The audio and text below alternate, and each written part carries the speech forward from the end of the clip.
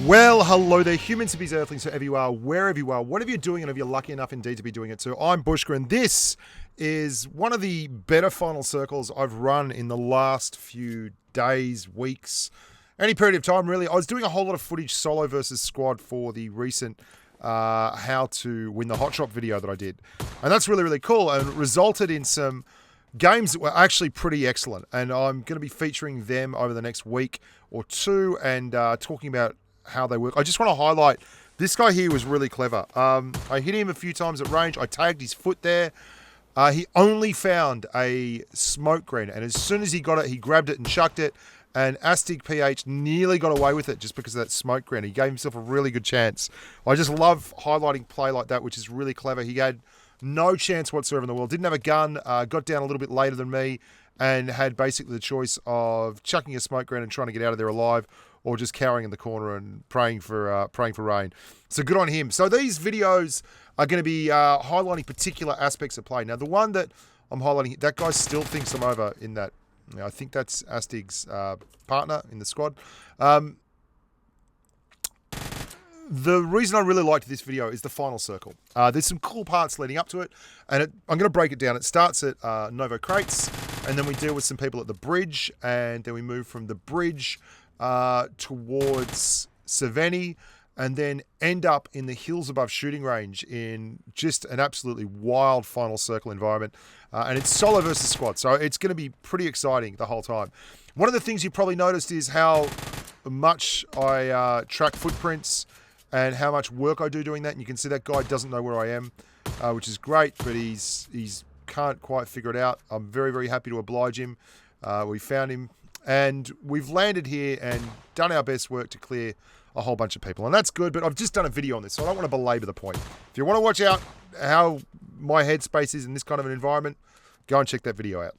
Now, the main part of this video that I really want to discuss is the final circle. And it's an interesting one because it is solo versus squad. And that is obviously something that I do a lot of. It's something that I really enjoy doing, and it's a great way to improve your gameplay. One thing I also do is I'll quite often, when I drop crates or military base, I'll overweight the circle so that the circle clears the bridge. The first and second circles, when they contract, they aren't particularly damaging. So I was really surprised when I got to the bridge here to actually find these guys only just clearing out. They were really dedicated to their bridge camp. But I did actually surprise them at a very, very bad time for them. You can see that fella's rolling up in his UAZ, and his mate probably thinks that that is just another UAZ, that is the sound of the engine is, of my engine, is his friend in the UAZ. His friend in the UAZ cannot see jack. It's bugged all to hell. We clear him, blow up down NATO, and then we're going to lean out and get a little bit of a pro lean going on and get a headshot on this bloke. He's going to pop from behind that overturned camper van, and we're just going to clear. There he goes. And tag him, and we're off. Noob Diker. And you're going to hear when we get up there that that UAZ is actually bugged. It's just engine is just turning over and over and over and over and over. But the final circle, back to the final circle. It's a very good... I think there's a car coming. Hear that? It's just that UAZ. The engine's just locked on. So the end of the game is actually the most interesting part for me, but there's some good engagements along the way, and there's certainly some things for us to talk about. I'm a big fan too of the M24 being in the game as a real world weapon now. I think that's fine. I think as a crate only drop, it was great, but it was slightly better than the Kar98, but not in a meaningful way. I feel about that kind of the way I feel about the AUG, although on a lesser scale. I think the AUG is just not meaningfully good enough compared to, say, an M416 or a QBZ. You hear me. Anyway, neither here nor there. Let's talk about this whole thing. Now, I'm going to pop out here, and the reason I'm driving out here to the arse end of nowhere is I want to get this flare off, and I want to do it in an area where I can see what's coming around me. Because there's 15 people left, 8 kills now, and I want to make sure that I'm in a position where if we do end up with dumping off a flare and having a whole squad turn up, I've at least got some kind of a defensible position. And I've also got a position where when the flare crate lands, I can loot it with a whole lot of cover. Now the crate's going to drop down, and it's going to drop nice and peacefully inside my little compound here. These crates are brilliant. I've had a lot of games. I've seen a few people have posted them on YouTube where I've found multiple flare guns in the same area, like in the same warehouse in Georgia Pole crates, or in the same house in military base. And we've even had times, Chapos and I, where we've run out and we've dumped off 3 flares at once and just got everything, basically. One thing that's really annoying about these crates is when they drop, you can lose the weapon that you are holding underneath the crate, or the item that you are holding underneath the crate, and you just can't get it back. It's really buggy. It's very, very frustrating. Anyway, where was I? So this base, this final circle is going to be tough, because final circles in third person versus squad are a lot easier than in first person versus squad. Now, the reason for that should be fairly simple. If you get a jump on a squad and get into a zone before they do, and you've got a suppressor on the end of your AR, then you can lie down in a bit of a grassy field, and you can just farm people as they are forced to run into the squad, into the circle. In first person, you don't really get that. Wasting AWM shells, Bushka, you idiot. In first person, you don't get the same kind of leeway with that. You've still got to obviously do the work in third person, but in first person, you have to win the fight. Like, you've got to win the gun battle. And I do a couple of things that are a little bit creative to give me a hand with that. Now, as I'm driving past, I'm getting hit with shells all over the place. I'm like, okay, not welcome here, but you know what? We're aggressive. Solo versus squad. I want to take these guys on because we're doing it for the content, baby. What I don't realise is there is a guy on the hill there who is targeting me, and I hammer him pretty easily. We get a headshot on him. I don't know what that little pan symbol next to skill-ZAO means. And then he stops crawling, and I get hit.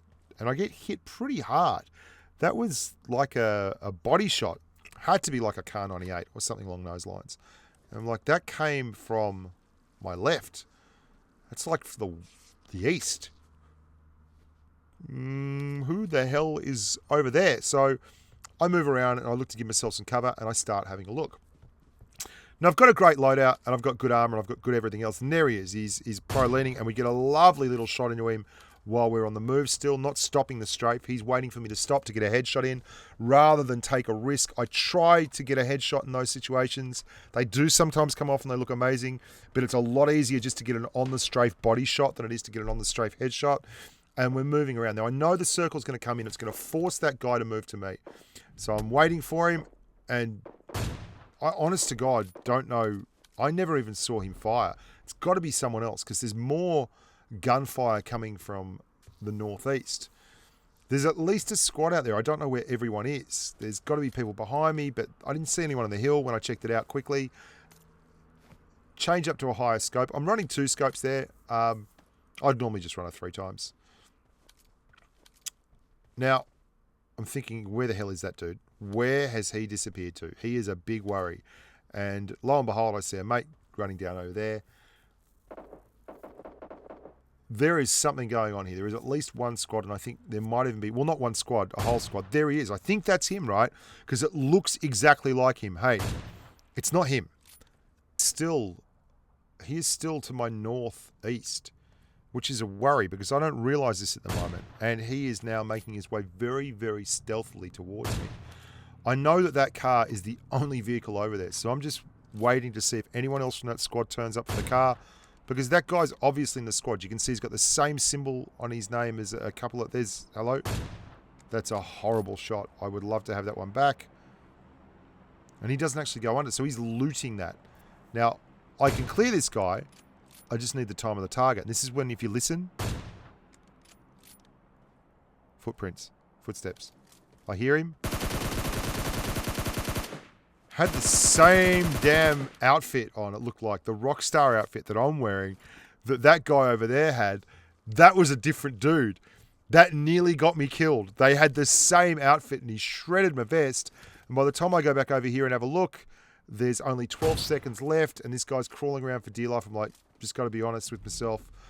Got to get to that zone. Got to make a good move here. So we killed 2 of them. But wow, we took a flogging getting it, and we nearly got wiped by that second guy who was in the same damn Rockstar outfit that the first guy was in. We're now moving up and onwards in the world. We're 200 meters behind, and the car's run out of petrol. I mean, I can watch a zone. I had one damn job. That was to get petrol for the car. I'm really worried now because I know that guy is down there on the left. I don't know how many of those guys were in squad. I don't know who's coming up on my flank. I really haven't done this fantastically, but I did drive short, shallow side of the zone so that, or at least the side of the zone that I thought would be the least people. So running in, I'm pretty confident that I'm not going to have a lot of people behind me. That's why I was going over there in the first place. Only someone else obviously had the same idea, and we had to contest that area. Now the airdrop's out. I'm looking for a level 2 vest. This is where things get even more hectic. Have a look at this. I don't want that. I want my level 3 helmet. I want that level 1 vest. Give me the vest. Give me the vest. Oh God, I got to use a first aid kit first, and then I just bail. You know what? I'm just getting out of there. Let's just get. I missed that guy. There's too many of them. I've just got to hug down on this tree. I'm still visible, just the edge of it. Watch how I hold this Gren. I hold it, I don't release it, and it just explodes right in my hand, which means that happy days, we've got decent cover. I'm going to first aid kit up again, and look where I am now. The zone, for all the hard work basically that I put in earlier to make sure I was on the right side of the zone, is paying off now. I've short-sighted myself on the zone, so I've got a very, very short distance to go to get into safety in terms of the zone itself, and it's going to be straight up this hill, and that's where we're going. And I put that smoke there so I'd have a nice exit point. They wouldn't be able to look at me, and I'd be able to get into this little kind of dip and then move up the hill from there, and they may not, if they're scoped in on the smoke, they won't even notice me all the way up here. I know, I've missed people like that so many times. Now, at the top of this hill, there are some houses. And as we get to the top, you can see, like, and there's one thing I know, like, if they're in the top of this zone, we cannot win this map. I've got to clear that guy there. And then I go, oh, okay, got to clear that guy there. Oh, so there's at least 3 in there because they're not knocked. They are commanding the top of that zone. If the zone goes back to this area here and they are still in that house, I will be screwed. And the best chance I have to wipe that squad is right this very second. So I'm going to put a Gren in through the window. See that doorway there? I'm going to try and put it through the window, through the doorway, into the next room. And then I'm just going to push in with my Scar L. Now, I did do the video yesterday about the footprints. Look at the footprints. My vest is not helping me. I have no vest. Would be nice to have a vest. There he is. I'm going to see if I can entice him out because I don't have a vest. I'm trying to hide my chest basically behind the floor level and only show the very, very top of my head, which is obviously a crazy kind of idea, but I'd rather get hit with a level 3 helmet. And that guy hears me and pushes up. Now look at the footprints. The footprints go to the balcony. This might look like I'm hacking otherwise. See where those footprints are? I'm looking directly at them, so I know that that person is south. I don't know if there's 4 people, so that's why I checked this room here. Just to make sure. No, got to be out here. And that's how we cleared those 3. Awesome. Now, we couldn't survive with those guys in that position. The reason it would have been such a diabolical nightmare is if they got the zone coming to this direction, those guys are still up here shooting at this. They don't even realize that that first squad's wiped. If the zone had to come to this direction, they would have been in a house, 3 of them looking at me. If the zone had gone to where it is now, then I would have been stuck between them and whoever else is in the zone. So wiping that squad had to happen, in my tactical opinion. Now I've just got to try and get out of here. I'd really like a vest, but whatever. I don't know where everyone is, so I see that someone's got a play zone death, so there's 3 people left. I'm going to smoke that car out, and then I have a little glimpse around behind me, and I realise, hey, someone over at that tree could look at me, so pull back in. So I'm being creative here, and I'm working my way through the zone. What I'm going to do is jump in that car and then bust ass down to the bottom area of the zone, the hill that I just ran up. Why there? Because that is going to allow me to... And this car screws me, honestly. Look at it, just... Yeah, righto, yeah. What, doing 30 kilometres now? Just going to do a full lap. that's going to allow me to move up the hill. And it's going to allow me to keep all the bad guys in front of me. Here we go. Short side of the zone. Short side of the zone. Absolutely. That's where we are here. So we're back to the short side of the zone and we're looking for targets. Now it's all in our hands. We've done a really good job up till now. To get here, we've just got to make sure that we don't waste the opportunity. And the zone's starting to move in and I'm moving in on the short side. Now again, surfing this blue line in. Watching the blue line. Watching if it makes anyone pop in front of me. Crouching so I keep myself low and make myself a smaller target. And also minimize the noise I'm making while I move. And because I'm at the very short side of the zone, it's really, really easy to do that without getting stuck in the blue line, which is why I went here in the first place. And now I'm just going to boost. So I'm taking painkillers, I'm boosting. I'm not actually trying to camp the grass here. And lo and behold, though, I got my AWM. Do I put a 2 times on it, I'm thinking.